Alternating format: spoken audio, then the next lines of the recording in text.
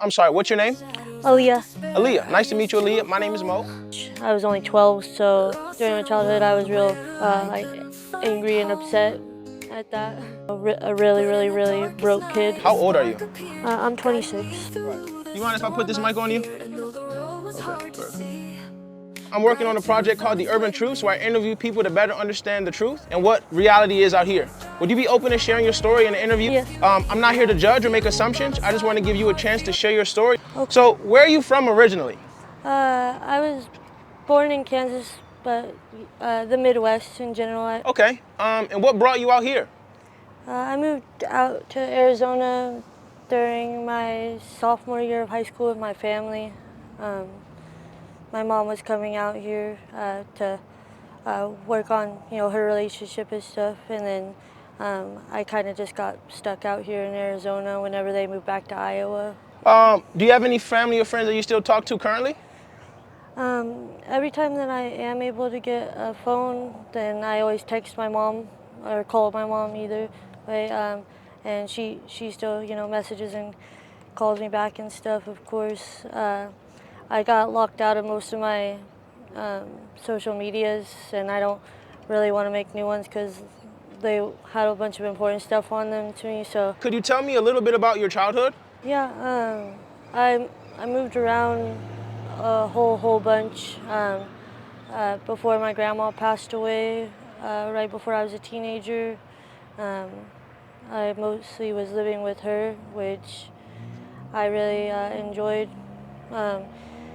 My mom was a single mom and stuff, so moving around all the time was really frustrating and stuff for me, which I think is kind of why I chose to, not leave Arizona whenever I finally felt like I had a support system and solid group of friends and stuff here. I did really good in school and all that. I love school. I got really good grades and I graduated and all of that. I just, my dad wasn't there. He was, in prison for pretty much my whole childhood. We, have a good relationship now and stuff, but during my childhood I was real, angry and upset at that. Just was, a really broke kid. So, when would you say life started to get difficult for you? Well, during my childhood I was diagnosed with PTSD from obviously, a traumatic event happening that, really messed with me, I guess would be the best way to put it. It messed with my sleeping habits and eating habits and everything like that at a really, young age. I was only 12, so that, I feel like that kind of made me grow up a little bit quicker than I was supposed to. Started going to lots of therapy appointments and things like that. And that's whenever I really remember life becoming actually hard. I had a lot of things happening around me and things like that.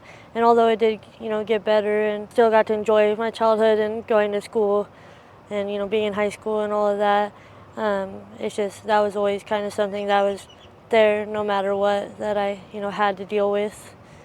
And I started having seizures whenever I was 16, 17. Well, I do have a follow-up question. So, and if I'm pushing too much, let me know. I do want to figure out the truth. So you said there was a traumatic event. What exactly was that? Whenever I was a kid, my mom had gotten married a few times. One of her husbands was in the military, and he ended up, as a result of my situation, he ended up becoming a registered sex offender for the rest of his life, being discharged from the military. It's just, a really horrible experience, but, luckily it was just, one day, and I was able to, tell someone about it to where it wouldn't be a continuous thing, because I'm part of a lot of support groups and stuff where people dealt with things like that for years, so I feel fortunate it was just, one day, and then never again. And I've, grown a lot because of that and stuff, but it was just a lot to deal with so young. Exactly. I couldn't imagine that. I'm glad you made it through it. I'm glad you said that it made you stronger and you were able to overcome that. Um, it's very scary. It's very dark, but I'm glad you were able to overcome it. If you could go back to that 12-year-old girl or help a 12-year-old girl in your position right now, what would you say to her? I think that, if I were to give myself advice at that age, or, someone else at that age now, it would just be, that the opinions of others is only temporary. Back then, just like everyone else, you deal with a lot of like bullying and stuff like that, especially whenever you don't have a lot of money and you're a kid, so that's not, your fault. Yeah. But, it just be, the opinions of everyone else around you is temporary, and enjoy that time instead of caring what everyone else thinks or says and does, because that all goes away. Yeah. And, it's the good times that you get to remember. Okay. Now I do have a question. Are you living out here? I am, yeah. Okay. Life circumstances gently pulling at the story. How did you end up in this situation as far as living outside?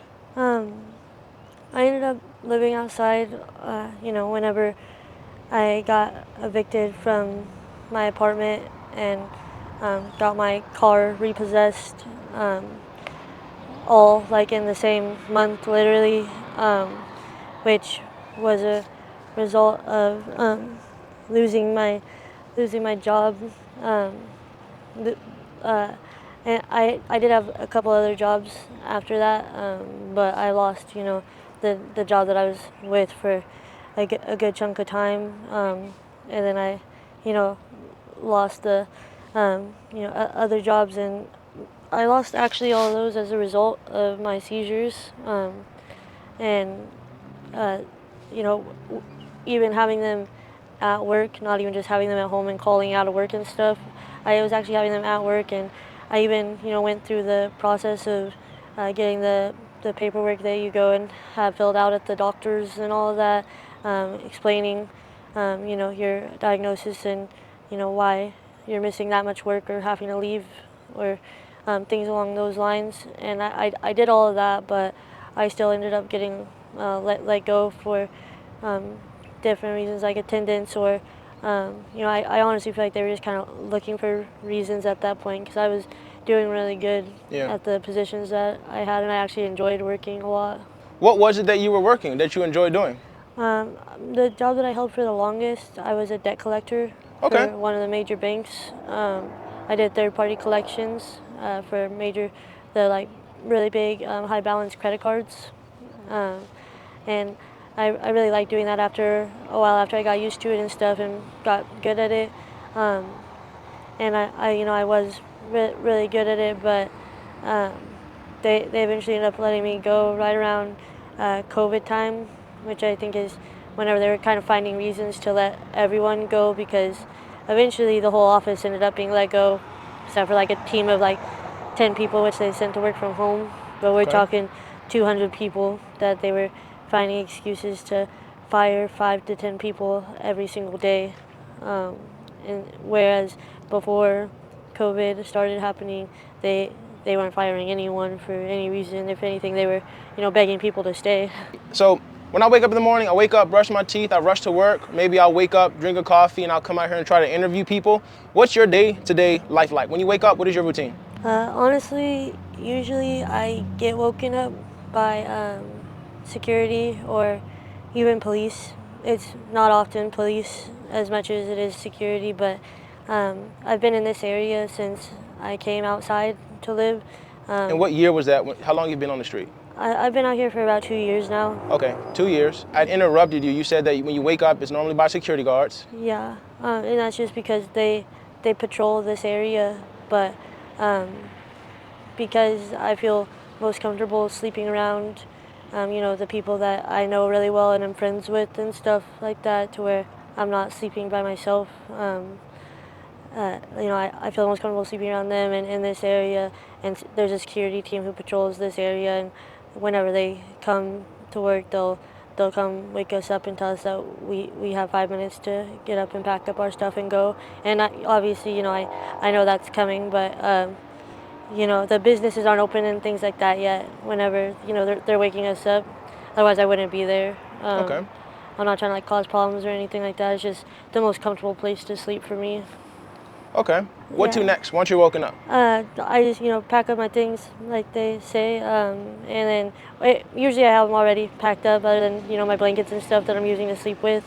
Pack up everything, and, get off the property as quick as possible so I'm not causing problems for them, because these are people I see every day also. I don't want to argue with them or anything like that.